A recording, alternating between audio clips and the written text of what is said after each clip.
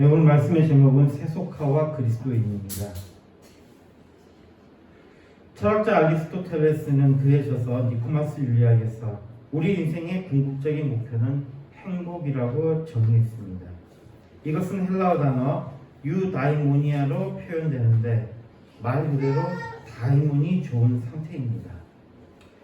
이 다이몬이 뭐냐고 하면 이야기가 길어질 수 있는 주제이지만 우리말로는 정령 정도로 번역되는 것인데 간단하게 우리의 마음 정도라고 이해할 수 있는 것입니다. 마음이 평안하고 좋은 상태가 바로 행복이라고 말할 수 있습니다. 계속 길어지는 것 같지만 제가 또 전공이 철학 문제라 계속 언급하게 되는데 아리스토텔레스는 아레떼라는 개념을 이야기합니다. 기본적인 의미는 어떤 종류의 우수성을 의미합니다. 이것은 최고의 것 정도로 볼 수 있고 행복은 그러면 최고의 상태에 있는 것을 의미한다고 할 수 있습니다. 또 다른 측면에서는 최고의 선에 도달하는 것을 말한다고 할 수 있습니다. 여기에 두 가지 길이 생길 수 있습니다. 최고의 것, 최고의 선.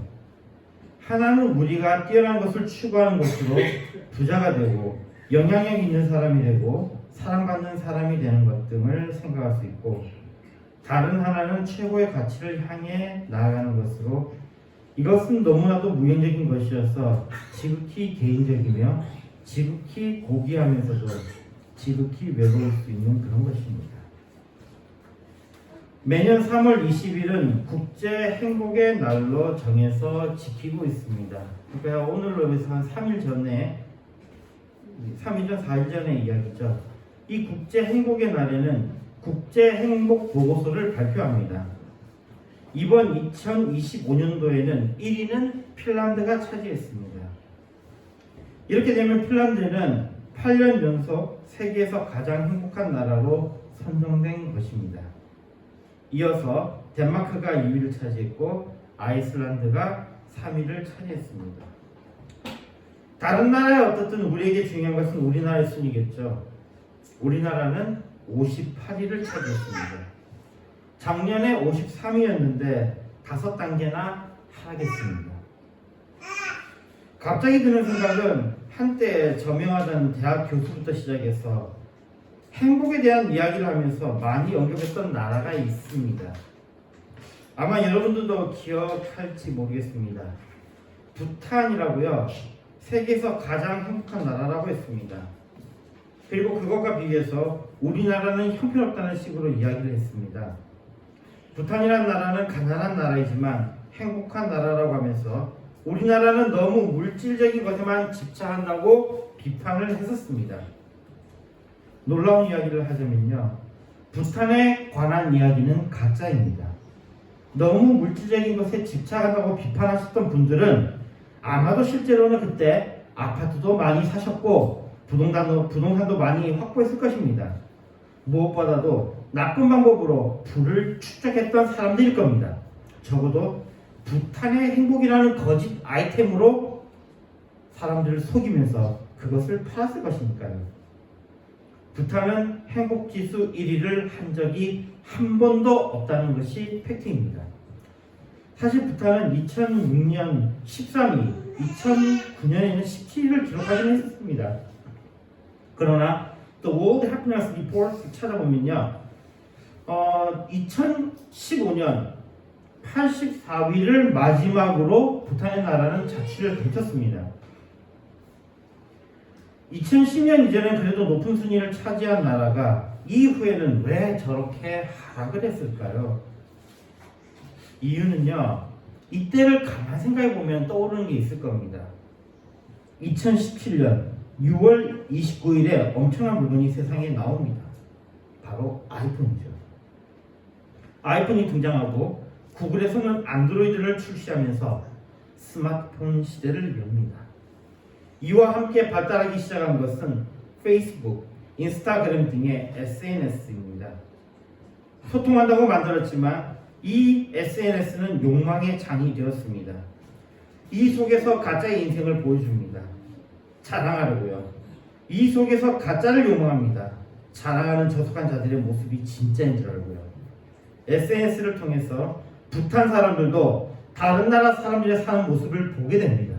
특히 부하계에 사는 나라 사람들의 모습을 보게 됩니다. 부탄 사람들은 다른 나라 사람들이 사는 모습을 보고 가진 것 없는 나라에 가진 것 없는 자신들이 행복하지 않다고 생각했습니다. 지금 우리나라의 저출산 문제의 원흉으로 사람들은 다 신경을 가지고 있는 서비스, 인스타그램, 틱톡 등 SNS는 끊임없이 인간의 욕망을 자극하며 자랑하려는 마음으로 불행한 사람과 자랑하는 사람에 비해 초라한 자신의 모습으로 불행한 사람의 조합으로 사람들을 불행하게 만들다고 합니다. 부탄 사람들을 비롯해서 전 세계 사람들을 불행으로 이끌고 있습니다. 적어도 부탄의 예를 보면 행복은 정신적인 것에 있지 물질이 중요하지 않다는 것은 헛소리라는 것을 알게 될 겁니다. 다시 말해 물질이 없으면 행복하지 못한 것은 확실합니다. 그래서인지 요즘의 전문가들은 돈이 전부는 아니지만 어느 정도의 부는 행복의 필수 요건이라고 말합니다. 오늘 생각해 볼 것은 세속화라는 단어입니다. 인간은 가치라는 중요한 개념을 가지고 살아갑니다. 이것은 인간을 존귀하게 만드는 중요한 것입니다. 그런데 이 세속화는 이 반대인 물질적인 것으로 향하는 움직임입니다. 돈을 잃어도 평판은 잃지 않아야 한다는 말이 있습니다. 이것은 인간에게 있는 가치에 큰 의미를 두는 것입니다. 비록 돈을 잃어도 정직이라는 가치를 잃지 않으려고 하는 것이 인간입니다. 그런데 행복 지수에 관한 이야기를 보면 가치보다 앞서는 것이 있다는 것을 인정하지 않을 수 없습니다. 돈을 잃어도 평판을 잃지 않아야 한다. 우리는 이런 말보다 워렌 버핏이라는 투자의 대가 부자인 분이 한 말, 규칙 1, 절대로 돈을 잃지 말아야 한다. 규칙 2, 규칙 1을 절대로 잊지 말아야 된다. 라는 이 말에 더 열광합니다. 세속화는 종교가 갖는 영향력과 특권이 사라져가는 현상을 말합니다. 꼭 종교가 아니더라도 사회가 가지는 신념이나 믿음이 점점 약화되어 가는 것을 의미합니다. 이 세속화의 발달은 보통 과학적 사고의 발달과 함께합니다.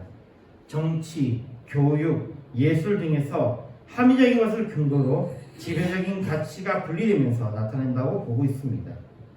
어떻게 보면 실제적인 부분에 눈을 뜨는 것이라고도 생각할 수 있습니다. 아름다움, 고상함보다는 당장의 배고픔, 목마름을 해결하는 것에 더 집중하는 것입니다. 세속화는 더 현실적이고 더 실제적이며 더 실용적인 방식을 채택하는 것입니다. 지금 우리의 경우에 있어서는요, 사람이 죽고 나서 묻는 무덤의 경우를 보면 우리는 무덤이 상당히 멀리 떨어져 있습니다. 그런데 이 무덤이 멀리 떨어져 있음으로 인해서 사람들은 우리가 더 종교적일 거라고 생각을 하지만 그렇지 않습니다. 이전에 종교가 세상을 지배할 때에는 무덤은 사람들 마을에 또 사람들이 살고 있는 바로 그곳에 같이 있었습니다. 그런데 소위 말하는 과학주의 혁명과 세속화가 진행되면서 사람들은 이 무덤을 분리해서 사람들이 살고 있는 삶에서 멀리 떨어진 곳에 갖다 놓기 시작했습니다. 이것을 통해서 사람들에게 죽음을 잊게 만든 것입니다. 이 묘지라는 것은요, 무덤이라는 것은 삶과 죽음이 한 곳에 있는 것을 의미합니다. 우리 인간에게 있어서는 바로 이 무덤이 가까이 있는 것은 정말 중요한 것입니다. 죽음을 멀리 보냈을 때 사람들은 거룩함을 등지게 됩니다. 묘지가 멀리 있으면 종교성도 가치도 멀리 나가게 됩니다. 왜냐하면 인간의 욕심을 제어할 것이 인간주의에 아무것도 없기 때문입니다. 전도서 12장 1절에 보면요, 너는 청년의 때 곧 공부한 날이 이르기 전 나는 아무 낙이 없다고 하늘 해가 가깝기 전 너의 창조자를 기억하라 라고 말씀합니다. 죽음을 앞두고 있는 자들은 창조자를 기억하기 쉽습니다. 그러나 청년의 때는 어렵습니다. 왜 그럴까요? 사실 청년의 때는 그렇습니다. 청년의 때는 뭐가 가장 멀리 있어요? 바로 죽음이 가장 멀리 있을 때예요. 이 청년의 때는요, 다리가 부러져도 얼마 지나면 자기 다리가 회복될 수 있다고 믿는 그런 때입니다. 정말 이때는 물불을 가리지 않고 열심히 뭔가를 하죠. 그러나 우리는 결과를 압니다. 그때 열심히 해서 몸이 다 부서진 사람은 어떻게 되죠? 그냥 그 부서진 몸으로 계속 끝까지 가는 거예요. 착각인 겁니다. 청년의 때 열심히 한 사람들은 아픈 몸을 이끌고 계속해서 살아가야 합니다. 우리나라 남자들 대부분 군대를 갔다 오신 분들은 30대가 지나고 나면 겪는 아픔이 있습니다. 군대를 갔다 온 사람들은요. 이게 뭐냐면 신경통이 있어요. 이 군대를 갔다 온 남자들이 보면요, 날씨가 좀 흐려지면은 이 시리고 통증이 옵니다. 군대 갔다 온 사람들은 거의 다 느껴요. 거의 다 이걸 보통 공유합니다. 왜 그럴까요? 그 원인은 바로 군대 가서 했던 유교 훈련 때문이에요. 그 추운 날에 또는 뭐 그 더운 날에 몸을 갈아 넣어서 몸이 부서지도록 훈련을 받습니다. 훈련을 거듭하면 거듭할수록 근육은 더욱더 망가지고 뼈도 망가지고, 그 망가진 것이 그때는 잘 모르지만 30세가 딱 지나갈 때쯤 되면 이제는 날씨가 조금만 이렇게 흐리고 이러면 아픈 몸이 다가옵니다. 그 청년의 때에 자신의 죽음을 모르니까 그런 험악한 훈련을 아무렇지도 않게 받고 또 받게 했던 겁니다. 자신이 힘이 있을 때는 죽을 줄 잃어버려요. 이 청년의 때에, 자신이 힘이 있을 때에 창조자를 기억하는 것이 정말 어렵습니다. 그러니 여기에서부터 또 훈련이 되지 않으니 이제는 자기가 노년이 되었을 때, 또 죽음이 가까이 다가왔을 때에 다시 창조자를 기억하는 것은 또 어려운 일이 되어버리는 겁니다. 묘지를 멀리 보내는 것으로 마치 인간에게 한계가 없다는 그런 착각을 주며 창조자를 잊게 만듭니다. 왜 사람 중에 착각을 합니까? 그것은 인간의 교만 때문입니다. 인간은 지식에 있어서 교만해지니까 세속화를 선택합니다. 또 불확실함을 피하고 싶어서 확실한 것을 찾기 위해서 세속화를 택합니다. 결국은 이것은 자신의 지식이 그것을 발견할 수 있다는 지식의 교만에서부터 기인한 것입니다. 또 다른 것은 인간의 욕망입니다. 기존의 질서에서 벗어나 무한한 자유를 누리려고 하는 인간의 욕망, 그것이 세속화를 선택하게 했습니다. 이 세속화를 통해서 사실은 인간들은 징벌을 받았죠. 역사 속에서 세속화로 인해서 가장 크게 당했던 것은 바로 세계대전입니다. 전쟁으로 인간은 바로 이 세속화에 대한 대가를 치렀습니다. AI에게 이 세속화의 문제점에 대해서 질문을 던졌더니 이렇게 답을 주더군요. 총 6가지로 답을 했습니다. 첫 번째로 도덕성과 가치의 혼란이라고 합니다. 종교는 오랫동안 도덕적 기준과 윤리를 제공해왔고 세속화가 진행되면 절대적 도덕적 기준이 약해지고 상대주의가 강화될 수 있다는 것입니다. 그 결과 개인과 사회가 도덕적 혼란을 겪을 가능성이 커질 수 있다고 대답을 합니다. 두 번째로 이야기하는 것은 공동체 의식이 약화입니다. 종교는 공동체를 교섭시키는 중요한 역할을 해왔는데 세속화가 심화되면 종교적 모임과 활동이 줄어들면서 공동체 의식이 약해질 수 있다는 것입니다. 세 번째로 이야기하는 것은 삶의 의미와 목적의 상실입니다. 종교는 많은 사람들에게 삶의 의미와 목적을 제공해 왔는데 세속화가 진행되면 사람들이 인생의 궁극적인 목적에 대한 고민할 기회가 줄어들고 허무주의나 물질주의에 빠질 위험이 있다는 것입니다. 네 번째로는 전통과 문화의 약화입니다. 많은 전통 문화와 예술은 종교와 깊이 연결되어 있습니다. 세속화가 가속되면 이러한 전통이 사라지거나 의미가 퇴색할 수 있다는 것입니다. 예를 들어서 종교적인 축제나 의식이 점점 상업화되거나 단순한 관습으로 변질될 수 있다는 것입니다. 다섯 번째로는 윤리적 공백과 사회 문제의 증가를 듭니다. 종교가 약화되면서 사회적으로 공유되는 윤리 기준이 약해지고 범죄율이 증가하고 인간 소외, 정신적 불안 등의 문제가 발생할 가능성이 있다는 것입니다. 특히 물질주의와 경쟁 중심의 가치관이 강조되면서 인간관계가 점점 더 이기적인 것으로 변할 수 있다는 것입니다. 여섯 번째로는 정치적 문제입니다. 종교는 때때로 사회 정의나 도덕적 가치를 지키는 역할을 해왔습니다. 세속화가 진행되면 정치가 순수한 경제적, 권력적 논리에 의해 움직이면서 사회적 약자를 보호하는 윤리적 관점이 약화될 가능성이 있다는 것입니다. 놀랍지 않습니까? 이게 제가 어떻게 찾아봐서 정리한 게 아니고 AI가 정리해 준 겁니다. AI가 정리해 준 겁니다. 이 내용을요. 놀랍지 않습니까? 인간이 이렇게 이걸 이미 다 알고 있다는 것입니다. 세속화의 문제점을 잘 알고 있다는 것입니다. 그렇습니다. 이 세속화는요, 바로 우리가 가지고 있는 기준을 흔듭니다. 이 세속화가 진행될수록 사람들이 무엇을 강조하냐면 상대성을 강조합니다. 서로 존중해야 된다는 것입니다. 다양성을 강조합니다. 그런데 이 다양성의 끝이 무엇입니까? 혼란입니다. 종교적인 것들은 이 세상에 사라져야 된다고 주장을 합니다. 근데 종교가 우리에게 무슨 역할을 해왔습니까? 바로 우리에게 가치를 부여해 왔습니다. 우리가 돈만으로 평가되는 이 인생이 얼마나 험한 것인가에 대해서 알려주던 것이 무엇입니까?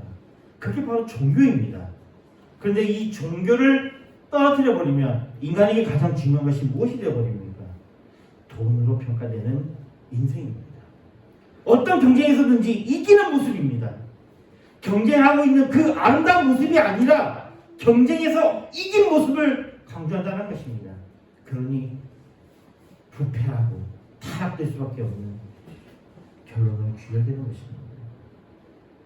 세속화로 나타나는 문제는 또 가족 간의 유대감마저 약화시킵니다.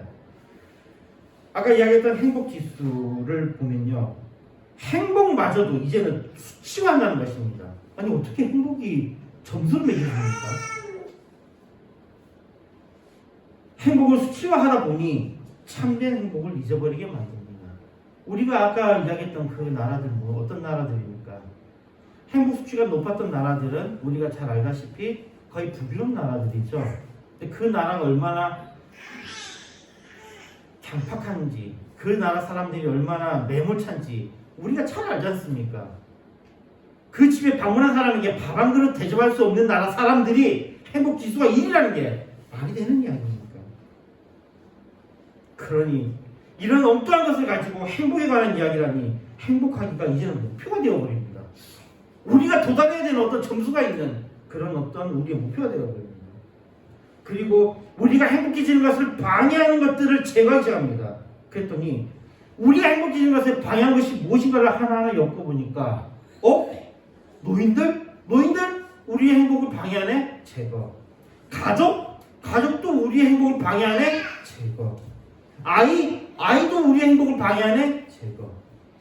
가족을 해체하고 사회를 해체시킵니다. 그리고 이들에게는 기준이 없음으로 해서 또 이들은 흔들립니다. 자신을 지켜줄 울타리를 스스로 제거해버립니다. 그 결과 더욱더 불안이 자극되고 더 높아지는 것입니다. 기준이 없으니 짐승들과 같이 강력한 집단의 대립이 일어납니다. 자신의 이익을 추구하는 것이 최고의 것이 되어버린 거죠.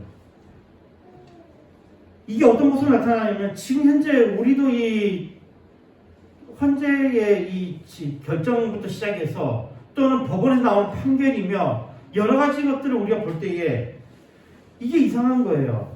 법으로 옳고 그르냐를 이거 따지는 게 아니라, 그러니까 선과 악이 대립되는 게 아니라 어떤 이익이 있느냐를 가지고 판단한다는 겁니다. 어떤 이익이 있느냐를. 근데 우리에게 필요한 게 이게 아니잖아요. 우리는 그들에게 선과 악을 구분하라고 그랬지, 무엇이 옳고 그른지를 구분하라고 그랬지, 그들이 가지고 있는 이익을 가지고 판단하라고 한 건 아니거든요. 근데 지금 우리의 시대가 선과 악이 아니라 이익을 고려한다는 것입니다. 이 세속화가 바로 그러한 역할을 했던 것이죠. 인간이 모든 것이 가능하다라는 그 착각, 전능한 인간을 꿈꾸게 만들었던 것입니다. 인간이 모든 것을 할 수 있다라는 것은, 이러한 착각은 아이러니하게도 사실은 불확실한 것에 대한 반작용이었습니다. 그리스도인들은 이 지점에서 다른 길을 갑니다. 오늘 본문 말씀 에스더 4장 16절의 말씀입니다. 당신은 가서 수산에 있는 유다인을 모으고 나를 위하여 금식하되 밤낮 3일을 먹지도 말고 마시지도 마소서. 나도 나의 시녀와 더불어 이렇게 금식한 후에 규례를 어기고 왕에게 나아가리니 죽으면 죽으리이다. 에스더와 모르드게의 대화입니다. 유대인들이 죽을 위험에 처했을 때 그들은 그들이 할 수 있는 일을 하려고 합니다. 그리스도인들은 특별히 불안하지 않다는 이야기는 아닙니다. 인간이라면 불안할 수밖에 없습니다. 그러나 그리스도인들은 인간의 한계를 넘어서려고 하는 자들이 아닙니다. 오히려 우리 인간이 가지고 있는 한계를 인정합니다. 그래서 그리스도인들은 이 고백이 있는 것입니다. 죽으면 죽으리이다. 하나님의 뜻은 알 수 없습니다. 그러나 우리가 할 수 있는 것은 할 것입니다. 그러면서도 우리가 하나님의 뜻을 알 수 있는 방법이 있습니다. 그것은 하나님의 계시, 즉 성경 말씀과 우리의 기도입니다. 그래서 그리스도인들은 세속화 된 사람들처럼 이성을 통해 판단한 소위 합리적이라고 하는 것, 그 실체는 욕망에 따른 것이 아닌 하나님의 말씀을 의지해서 행하는 것입니다. 그리스도인들은 인간의 합리에 따라 일하는 것이 아니라 하나님의 말씀에 따라서 일합니다. 그리스도인들이 열심을 낼 수 있는 이유는 여기에 있습니다. 아무거나 하는 것이 아니라 말씀을 통해서 우리가 무엇을 할 것인가를 찾습니다. 그러면서도 그리스도인들은 우리가 인간임을 인정합니다. 우리가 그리스도가 필요한 존재임을 인정합니다. 우리가 구원자가 필요한 존재임을 인정합니다. 우리의 한계를 인정합니다. 그래서 죽으면 죽으리다 같은 비장한 각오가 함께하는 것입니다. 그럼에도 불구하고 할 수 있는 데까지는 해보는 것이 그리스도인입니다. 우리는 인간이기에 하나님의 뜻을 온전히 알지 못하기에 그분의 뜻을 알기를 원합니다. 세상은 우리를 계속해서 흔듭니다. 매주 설교를 듣고 기도하고 말씀을 보고 하는 것은, 말씀에 따라서 살려고 하는 것은 이러한 세상에 대한 우리의 저항이며 우리가 할 수 있는 것을 하는 것입니다. 이 속에서 우리는 하나님의 뜻을 알게 되고 하나님과 함께 이 세상을 이기는 삶을 사는 것입니다. 사무엘상 17장 47절에 말씀합니다. 또 여호와의 구원하심과 창과 칼과 창에 있지 아니함을 이 무리로 알게 하리라. 전쟁은 여호와께 속한 것인즉 그가 너희를 우리 손에 붙이시리라. 구원은 우리의 것입니다. 우리는 그리스도를 소유한 자들이기 때문입니다. 말씀 읽겠습니다. 과학의 발전은 많은 부분에서 우리의 삶을 바꿨습니다. 전기를 통해서 밤에도 밝은 가운데 거하며 원하는 정보를 언제든지 얻을 수 있는 단계에 이르렀습니다. 수많은 사람들을 괴롭게 하고 심지어는 목숨까지 빼앗았던 많은 질병들이 어느 정도 극복을 이루었습니다. 예전에 비해서 먹을 것도 풍족해져서 사람들의 영양 상태도 향상되었고 이제 인간의 평균 수명도 증가했습니다. 기술의 발달은 더 적은 시간에 더 많은 업적을 남길 수 있게 되었고 보다 많은 사람들에게 여가를 남겼습니다. 다양성을 인정함으로 인권의 향상이 있었고 더 많은 사람들이 자유롭게 되었고 더 많은 사람들이 풍요를 누리게 되었습니다. 이와 함께 인간의 지혜로움은 하나님을 뛰어넘으려고 하면서 교만으로 향했고 인권의 향상으로 사람 위에 사람 없고 사람 밑에 사람 없다는 것으로 나아가 우리의 기준이었던 하나님의 말씀을 버리고 우리를 창조하신 하나님을 잊어버리는 자들도 증가했습니다. 소위 세속화를 통해 죽음과 함께할 수밖에 없는 인간의 한계를 잊어버리고 죽음을 잊어버리고 탄생의 소중함도 잊어버리는 교만과 욕망으로 인간의 본질을 잊어버리는 그러한 단계까지 이르게 되었습니다. 그로 인해 기준을 잃어버리고 불안으로 향하며 선과 악을 구분하지 않고 자신의 이익에 따라 판단하며 불가피하게 충돌이 일어나고 싸움과 전쟁의 위험에 쉽게 노출되는 상황에 이르게 되었습니다. 더 심각한 것은 스스로가 이런 위험한 상태에 있다는 것을 전혀 인식조차 못하는 사람들이 많다는 것입니다.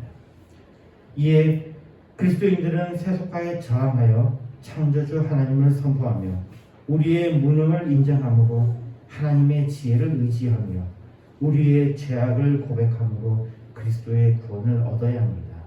그리스도인들은 불확실한 세상에서 비록 우리가 무엇을 해야 하는지는 알지 못한다고 할지라도 하나님의 말씀을 통해 뚜렷한 환상을 보며 믿음 가운데 우리가 할 수 있는 것들을 행함으로 그 환상을 이루어 가는 자들입니다. 주님은 우리를 회복시키시며 우리에게 구원을 베푸시며 우리를 평안케 하시며 우리에게 복의 복을 더하실 것입니다. 요한일서 2장 15절에서 17절에 말씀합니다. 이 세상이나 세상에 있는 것들을 사랑하지 말라. 누구든지 세상을 사랑하면 아버지의 사랑이 그 안에 있지 아니하니 이는 세상에 있는 모든 것이 육신과 정욕과 안목과 정욕과 이생의 자랑이니 다 아버지께로부터 온 것이 아니요 세상으로부터 온 것이라. 이 세상도 그 정욕도 지나가되 오직 하나님의 뜻을 행하는 자는 영원히 거하느니라. 아멘. 기도하겠습니다. 하나님 아버지 감사합니다. 이 세속화되어가는 시대에 이 세속화에 저항하는 주님의 귀한 자녀들 되게 해주셨고 또한 힘을 더해 주셔서 이 세상에서 이기게 하여 주시옵소서. 예수님으로 기도했습니다. 아멘.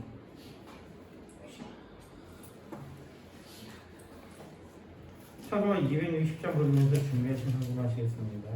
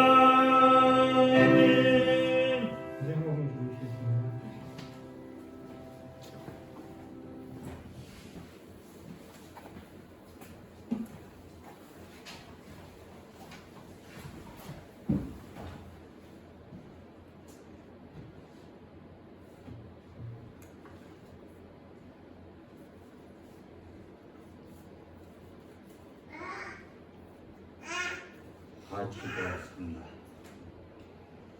11조 체험합니다.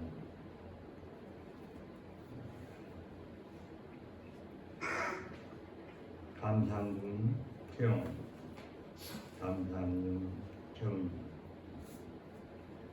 밤투 감상.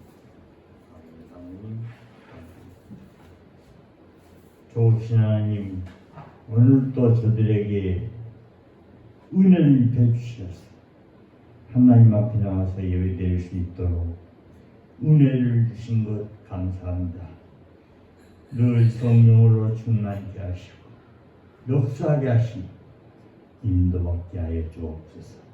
늘 주님으로 주의 영으로 충만케 하옵소서. 이 시간에 11조로 감사로 주의 영으로 하나님 앞에 드린 손길을 그 위에 우리 하나님 그 손길이 하나님의 은혜가 넘치도록 주님 윤택하고 아버지 하나님 번성하며 늘 하나님이 기뻐하는 온유하고 겸손한 자를 다 되도록 도와주옵소서. 이 예물이 쓰러지는 곳에 하나님 나라가 확장되게 하시고 잘되고 형성 흥청하는 축복 있게 하여 주옵소서. 이 예물이 쓰여지는 곳에 하나님 나라가 아버지 하나님 꼭 더 이루어지도록 도와주옵소서. 예수님의 이름으로 기도드리옵나이다. 아멘. 단어가 3장입니다.